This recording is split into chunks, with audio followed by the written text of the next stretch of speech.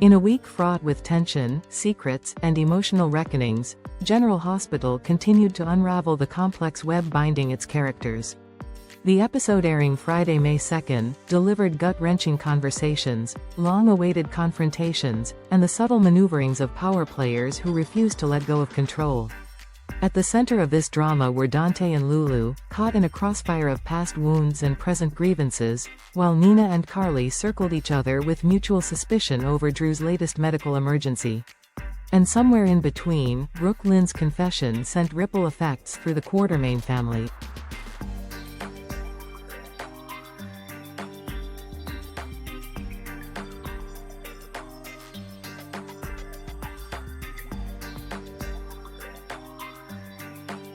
The story opened with Dante Falconeri facing the emotional minefield that was Lulu Spencer. Their reunion had not been without complications. Though grateful to see Lulu conscious after years in a coma, Dante's guilt and emotional fatigue had been mounting steadily. And this week, the cracks truly began to show. Following Harrison Chase's quiet urging, Dante attempted to bridge the widening gap between Lulu and Brook Lynn.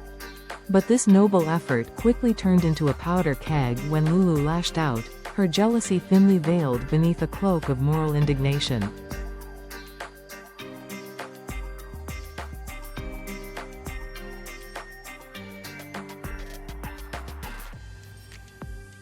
Lulu confronted Dante about his priorities. Why, she asked, was Brook Lynn's pain and her adoption trauma more deserving of sympathy than her own situation?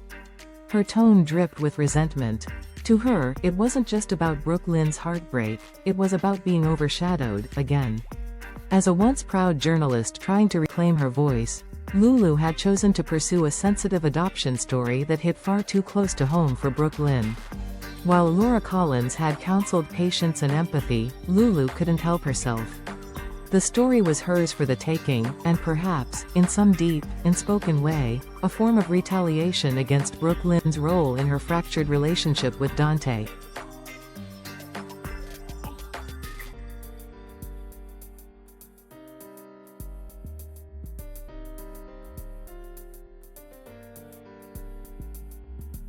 The newspaper had picked up the story, and the consequences were immediate. In a town like Port Charles, secrets don't stay buried long.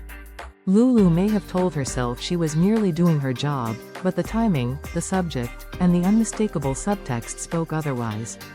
Rather than facilitating healing, she had fanned the flames, and now those around her were starting to feel the heat.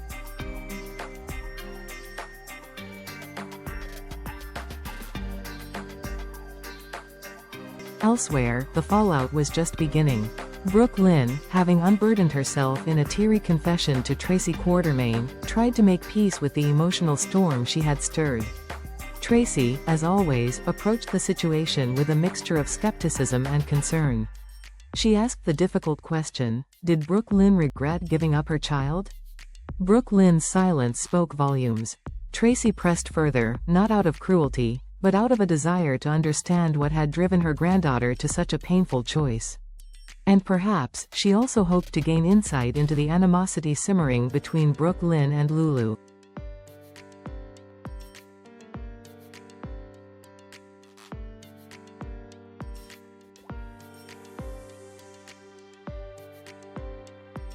But Brook Lynn's walls remained up. She had made her decision years ago, and no amount of hindsight could soften the ache. As for her grudge against Lulu, that wound was still too raw. Tracy, never one to tiptoe around emotional landmines, considered interfering. Maybe, just maybe, she could facilitate a truce. But even she knew such well-meaning meddling could worsen an already explosive situation.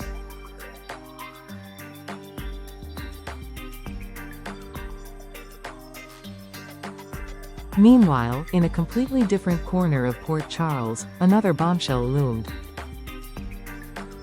Carly Spencer had her own suspicions brewing, ones that led her straight to Nina Reeves. Their encounter was less of a conversation and more of an ambush. Carly wasn't interested in small talk. She presented Nina with damning footage involving Drew Kane, demanding answers. The question on everyone's mind, had Nina orchestrated yet another betrayal?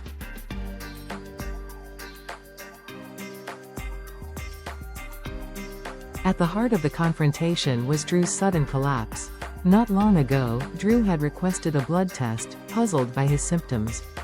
He wasn't a drinker, nor had he touched drugs, but his body was telling a different story. Something was wrong, and he needed answers fast. Carly suspected foul play, and all roads, predictably, led to Nina.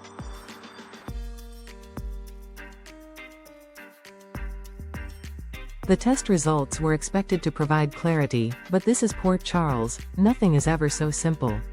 While Drew headed to General Hospital, unaware of the treachery brewing behind the scenes, Nina was already taking defensive action. She called Portia Robinson the moment Carly left her sight, issuing a quiet warning. Drew was too close to uncovering the truth, and they both knew what that would mean.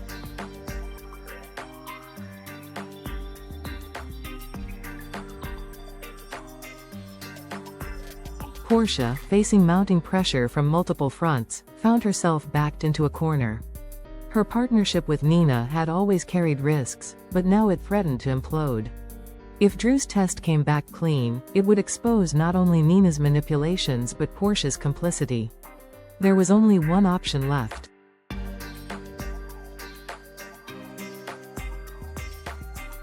Enter Brad Cooper. Still under the thumb of both Portia and Nina, Brad had tried to stay out of high-stakes drama since his return to the hospital. But now, once again, he was being pulled into a scheme he had no business touching. Portia needed someone she could trust, someone who could falsify Drew's test results without raising suspicion. And Brad, with his access to hospital records and his checkered past, was the perfect pawn.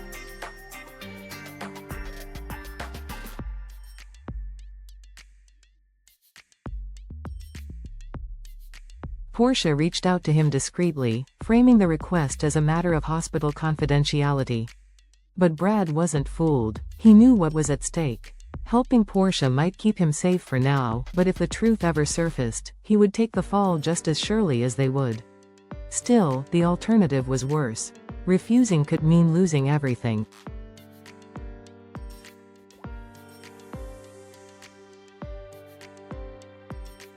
As the episode drew to a close, three storms threatened to converge. Dante and Lulu's unresolved pain continued to fester, made worse by Brook Lynn's vulnerable state and Tracis' well-meaning interference. The fragile ties that bound the Quartermaines and the Falconeries were unraveling, one emotional outburst at a time.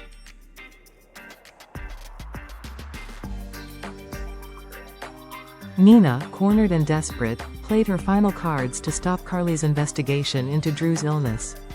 But secrets like the ones she harbored never stayed hidden for long. And Drew himself, walking into General Hospital with the hope of understanding his condition, had no idea that the very people he trusted might already be orchestrating his downfall.